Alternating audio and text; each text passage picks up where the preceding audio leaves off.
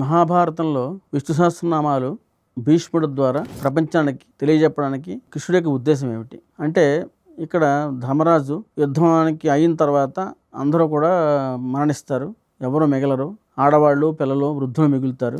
ఆయనకి ఆ నిర్వేదం వచ్చేస్తుంది, ఈ రాజ్యం అంతా కూడా శోక సముద్రం మునిగిపోయి ఉంటారు అందరూ కూడా. ఈయనకు కూడా దుఃఖం వచ్చేస్తుంది. ఆ దుఃఖ నివారణ కోసం వ్యాసుడు, మిగిలిన పాండవులు, కృష్ణుడు అందరూ చెప్తారు. అప్పుడు కూడా ఆయన తేరుకోకపోతే అప్పుడు నువ్వు రాజ్యాన్ని ఏలుకోవాల్సిందే, హస్తినాపురం పరిపాలించవలసిందే. ఈ లోపల ఒకసారి మహా జ్ఞాన సంపన్న గలవాడు, గొప్పవాడు, మహాయోధుడు, ఎంతో అనుభవం గలవాడు ఆయన మన ఈ తాతగారు భీష్మ పితామహుడు అంపశయ్య మీద ఉన్నాడు. ఆయన దగ్గరికి వెళ్ళి ధర్మ సూక్ష్మాలు, ధర్మనీతి, రాజనీతి, ప్రజలను ఎలా పరిపాలించాలి, ఎంత ధర్మబద్ధంగా పరిపాలించాలి తెలుసుకోవడానికి వెళ్ళమని చెప్తారు అన్నమాట. అప్పుడు ఈయన ఆయన దగ్గరికి వస్తారు. భీష్ముల వారు ధర్మరాజుకి మొత్తం అవన్నీ కూడా వివరిస్తారు, ధర్మ సంబంధ విషయాలని వివరిస్తారు.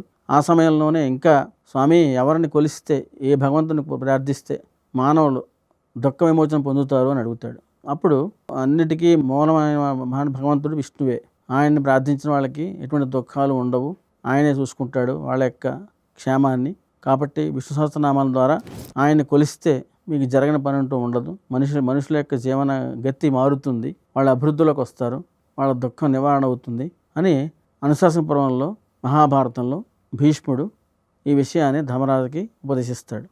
అది ఇప్పటికీ మన ప్రాచుర్యం పొంది, అది చదువుకున్న వాళ్ళకి ఎంతో జ్ఞానం, భక్తి అన్నీ కలిగి వాళ్ళ యొక్క జీవితాలని సక్రమార్గంలో పెట్టుకుని ఎంతో అభివృద్ధిలోకి వస్తారు.